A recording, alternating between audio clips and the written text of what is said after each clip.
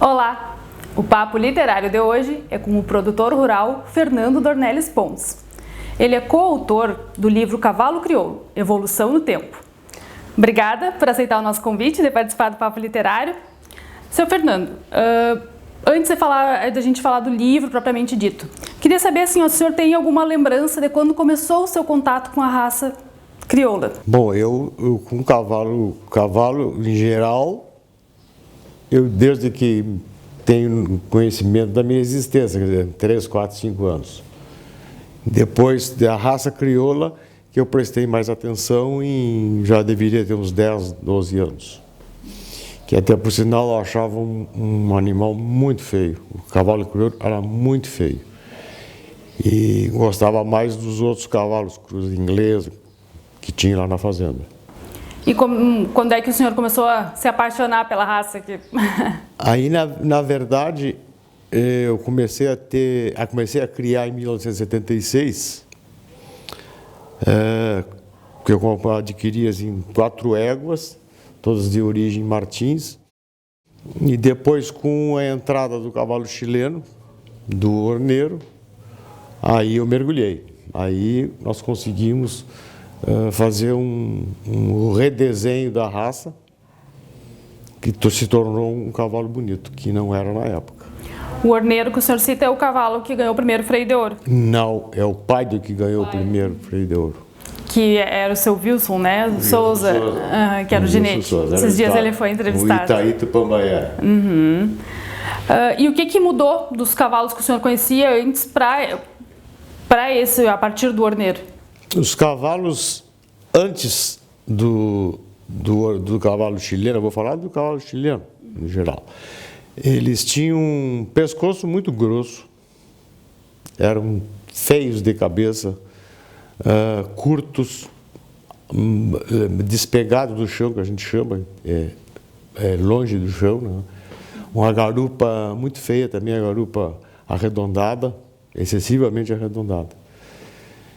E principalmente na parte funcional, né? Que eram os cavalos que eram criados para campo em longas distâncias. Tinha muita rusticidade, isso é verdade. Rusticidade e resistência. E o que fez o senhor mudar de opinião e resolver investir nos seus próprios cavalos? Porque tinham os do seu pai, né? Então, o que fez o senhor mudar de opinião? Não, o senhor também quer investir. Não, aí na verdade, isso aí se torna uma doença, né? Eu chamo que isso é uma doença. É uma doença e fui inoculado com o vírus da paixão pelo cavalo crioulo, então cada um de nós tínhamos a nossa criação separada do meu pai. Eu, o Oswaldo, tem outros 2 irmãos que também tinham. E cada um fazia a sua engenharia. E hoje, eu não sei, o freio de ouro mostra bastante o cavalo crioulo. É o principal objetivo, é participar do freio de ouro ou tem um outro objetivo? O cavalo crioulo, na verdade, era um cavalo propriamente para lá nos primórdios, usava no tempo das guerras, das revoluções, no serviço de campo, que eram fazendas muito grandes, muito extensivas. E atualmente ele é um cavalo praticamente de esporte, porque as fazendas cada vez estão menores, exigindo menos o uso do cavalo. Então é um cavalo de esporte hoje. E quando é que foi a sua primeira participação no freio de ouro? Como é que foi? Na minha primeira, faz talvez 85, eu tive participações, não tive grandes resultados, o mais naquela época, o mais próximo do freio foi uma égua, que era a Caparica Nathalie, que era filha do que ganhou o primeiro freio de ouro, e nessa época concorriam machos e fêmeas tudo junto. E ela ficou em 4º lugar, abaixo do terceiro, que era macho. Então, se fosse separada, ela teria sido vencedora do freio. E depois, mais para frente, agora mais recentemente, tive o freio de ouro FIC, em 2015, o freio de ouro em 2017, com a 5ª Sinfonia, e só. Uhum. Bom, a primeira edição do livro, O Cavalo Crioulo, Evolução no Tempo, foi lançado pelo seu pai, né, o seu Dirceu Pons, em 1993. O senhor se recorda como que ele foi escrito? Como é que foi o processo de criação do seu pai? Sim, o meu pai era uma pessoa assim muito observadora, era bom de desenho também. Então ele começava a fazer os esboços de desenho, como é que deveria ser pescoço, cabeça, orelha, aprumos, lombo, garupa, e tudo isso está no livro. E fazia os comentários a respeito de tais detalhes. E a outra parte de alimentação, de cuidados com o cavalo. Então, inspirado no manual de proprietário do automóvel, ele se inspirou e fez o manual do proprietário do cavalo. A pessoa comprava um cavalo, adquiria um livro e ele tinha noções como proceder. E ele sentou para escrever o livro ou não? Ele foi, com o tempo, ele foi juntando material? Que eu me recorde, assim, porque eu participei junto com ele, alguma coisa de desenho também, que eu gostava de desenhar. Deve ter feito isso num mês, não mais que isso. Sempre dava uma pegada. Depois ele teve auxílio de outras pessoas, a parte de redação. E foi. E como é que foi na época a recepção para o livro? Já que era uma coisa nova, né? Foi muito bem recebido por os novos criadores, por a juventude, principalmente na época. Se inspirou, estudou muito no livrinho dele e se esgotou. Não tinha mais. Foi por esse motivo foi que eu resolvi para fazer uma reedição melhorada ou atualizada. Que foi lançado em 2016. Em 2016. E o que o senhor alterou da primeira edição para si? Não, alterações não tem nenhuma. Tem alguns comentários das coisas que ele preconizava e o que aconteceu. A realização daquilo que ele pensava. E alguma coisa de tipo de história, de contos, mais história. E mudou muito a criação, não mudou quase nada, a criação de 93 para 2016? Em mais de 2 décadas não mudou muito assim? Não, acho que mudou, houve mudanças, sim, houve umas mudanças no sentido morfológico, uma morfologia. O cavalo crioulo ficou bem melhor atualmente do que era naquela época, porque na época ainda era, como a gente costumava dizer, o material de construção. Eram peças que tu tinha que ir lapidando até chegar onde você desejava.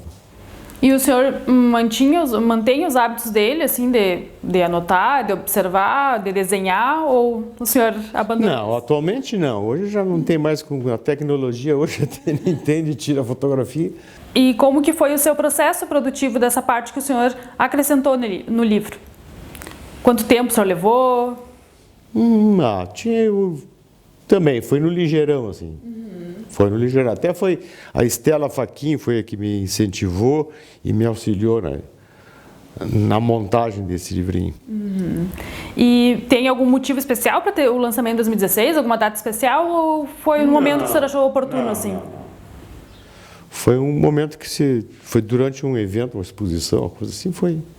Foi durante a Expo Inter, né, que ele foi lançado, isso. né? Bom, o senhor é responsável pela Cabanha Capa Negra, né, que ela é muito importante, ela não é mais só da sua família, porque ela é importante na história rural, né?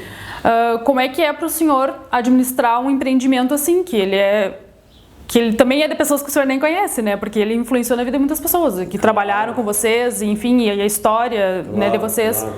Como é que é para o senhor? Eu tenho, assim, um sentimento de realização, de ter atingido o objetivo e dar continuidade, né? Isso vão ficar para os filhos e os netos. O senhor já passou uma parte para os seus filhos ou não? Não. O senhor administra tudo aí? Não, tudo comigo ainda. Sim, tem uma filha minha, a Fernanda, já tem a criação dela separada, seguindo a tradição da família, né? A outra filha mantém o que é dela junto comigo. E lá em 93 não tinha literatura voltada para a criação do cavalo crioulo, né? E como é que foi em 2016? Esse cenário mudou? Já tem mais onde os produtores consultarem ou continua sendo bem restrito? Não, tu sabe que eu acho que ainda é muito restrito. É muito restrito. Teria do Roberto Dalda na Argentina, foi uma edição que ele fez acho que na década de 60. E de lá para cá, não tem, pelo menos que eu saiba, né? E como é que foi para o senhor esse processo? Porque escrever um livro, por mais que seja um assunto bem específico, tem que estar numa linguagem bem que todas as pessoas entendam, né? Sim, é um livro muito simples, sem grandes palavras difíceis. Qualquer pessoa que lê vai entender, como se estivesse conversando. E como é que foi a recepção dessa segunda edição? Foi muito boa. Muito boa. Eu acho que muita gente que eu tenho conhecimento que já tinha o primeiro e comprou o segundo. E o senhor gosta de ler e escrever, ou esse foi um caso especial porque é um assunto que o senhor domina muito? Não, eu gosto muito de ler. Sou um bom ledor de livros. Estou até doando agora os livros que eu tinha, que eu vou juntando, estou doando para a biblioteca. Mas escrever... Eu gosto de escrever, mas às vezes eu escrevo, as minhas escritas às vezes não ficam boas, porque eu escrevo o que eu penso e às vezes o que eu penso não agrada muita gente. Então eu parei com esse negócio de escrever. E o senhor escrevia onde? Nas redes sociais? Não, eu escrevo no meu computador, fica para mim. Fica guardadinho. Memórias. E o senhor tem plano de lançar alguma outra obra? Não. Por enquanto, não. Tá bem. Então muito obrigada então por ter aceito o nosso convite. A oportunidade. O Papo Literário encerra aqui. Nós voltamos no próximo domingo a partir das 7 horas da noite. Tenha uma boa leitura.